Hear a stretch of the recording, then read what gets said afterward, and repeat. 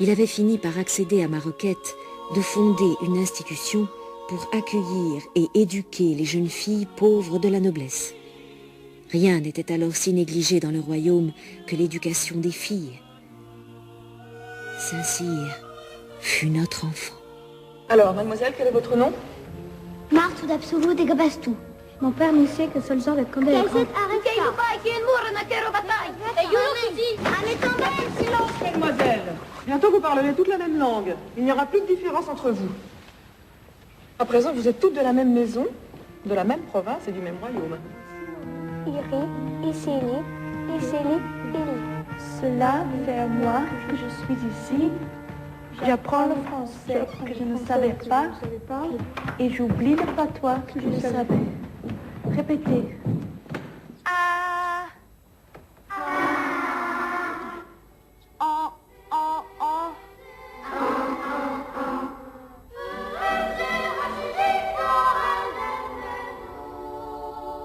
Alors Saint-Cyr, qui était à l'époque une école pour jeunes filles, ce n'est pas encore l'école militaire qu'elle deviendra plus tard, ça c'était un grand projet de Madame de Maintenon, dont elle était très fière, comme Louis XIV d'ailleurs, c'est en 1685. Au fond, il s'agit d'aller chercher les filles de la petite noblesse qui parlaient encore le patois pour leur apprendre tout simplement le français. Au départ, Saint-Cyr, c'était une histoire assez simple. En fait, des dames de l'aristocratie viennent voir Madame de Maintenon et lui disent, voilà, il y a un couvent à Paris qui a fermé, faute d'argent.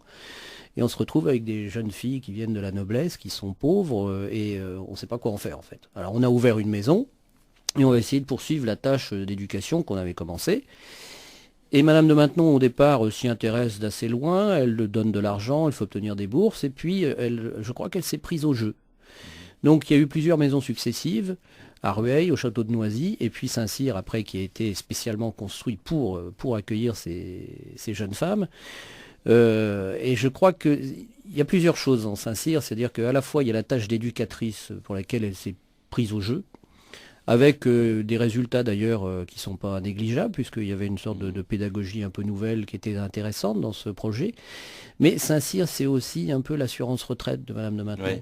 C'est-à-dire qu'elle vit toujours avec cette idée qu'éventuellement, elle n'est qu'une favorite, elle n'est qu'une maîtresse, et même si elle a épousé le roi, elle peut se retrouver disgraciée du jour au lendemain. Alors Saint-Cyr, c'est 1685, on l'oublie toujours, elle a passé ensuite 30 années de sa vie avec Louis XIV, épouse morganatique, c'est-à-dire sans le titre de reine, avec Louis XIV, c'est assez extraordinaire, ces rapports qu'ils ont entretenus. On dit souvent, Éric Le Dabour, qu'elle a joué un rôle considérable. Alors certes, Saint-Cyr, c'est son œuvre, mais est-ce que c'est elle, par exemple, qui est à l'origine, parce que c'est vrai qu'elle était devenue très dévote, celle que les pamphlets appelaient vieille putain, en fait, en réalité, elle va, les fêtes à Versailles, qui vient à peine d'être utilisées par la cour, ça, il y en a de moins en moins, le roi lui-même tombe en dévotion de plus en plus, ça c'est vrai qu'elle a joué ce rôle. Est-ce qu'elle a joué aussi un rôle politique?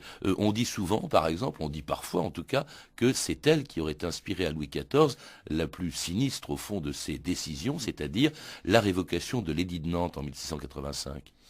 Alors là, je crois qu'il faut vraiment mettre les choses au point à ce niveau-là. On a beaucoup prêté et trop d'influence aux maîtresses royales, notamment celles des Bourbons, que ce soit Louis XIV, Louis XV, et pour Louis XVI, pour ce qui est de l'influence de sa femme Marie-Antoinette. Or, c'était des rois qui étaient plutôt hermétiques, contrairement à ce qu'on pourrait croire, hermétiques à toute forme d'influence. Donc, s'il y a eu influence quelconque, il a fallu que ce soit très subtil, mais je ne pense pas qu'on puisse dire que Madame de Maintenon a poussé Louis XIV à prononcer cet édit de révocation de l'édit de Nantes. En même temps, d'autant plus qu'elle avait été protestante. Elle avait une tendresse, quand même, gardé une tendresse pour les protestants, à mesure où elle avait été élevée en partie par une tante qui était protestante, qu'elle aimait énormément. On voit mal comment elle aurait pu l'encourager à ça. Et de toute façon, même si elle l'a fait, Louis XIV était assez grand pour prendre ses décisions seul, et il était, je vous dis, assez hermétique à toute influence. De même que, par exemple, pendant la longue guerre de la fin du règne de succession d'Espagne, elle entretient des relations avec la princesse des Ursins, qui est à la cour à Madrid. Ce sont des relations épistolaires, où on donne des conseils, des avis, on discute de la situation, mais En aucun cas, ça ne peut faire figure de diplomatie parallèle ou autre. Donc je pense que l'influence de Madame de Maintenon a été beaucoup plus limitée qu'on ne le pense au niveau politique. Enfin, elle jouait quand même, elle a vécu avec le roi comme ça pendant 30 ans, mariée au roi. On dit même, d'ailleurs, vous dites même que leurs relations sexuelles ont continué très très longtemps Jusqu'à après. la fin.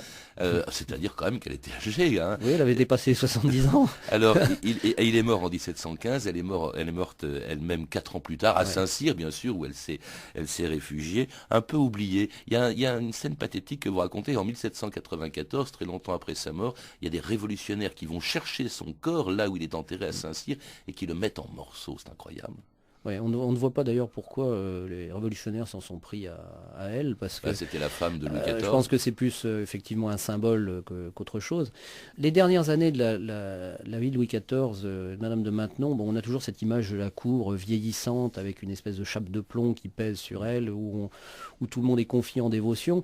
Il faut quand même se rappeler que c'est pas Madame de Maintenon qui a décidé ce genre de choses, c'est que simplement la France vivait une période extrêmement difficile à l'époque.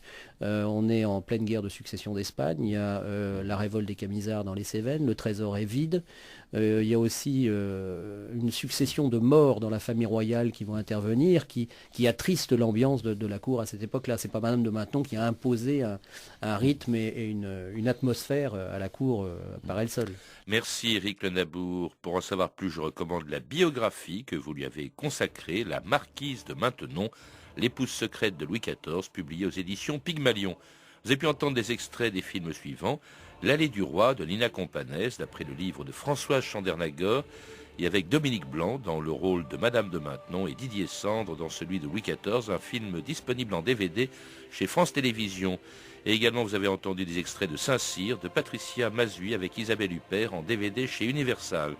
Toutes ces références sont disponibles par téléphone au 32 30, 34 centimes la minute ou sur le site franceinter.com. C'était 2000 ans d'histoire, la technique Julien Chabassui et Thomas Robin, documentation Claire Destacan, Emmanuel Fournier et Franck Olivard, une réalisation de Anne Kobilac.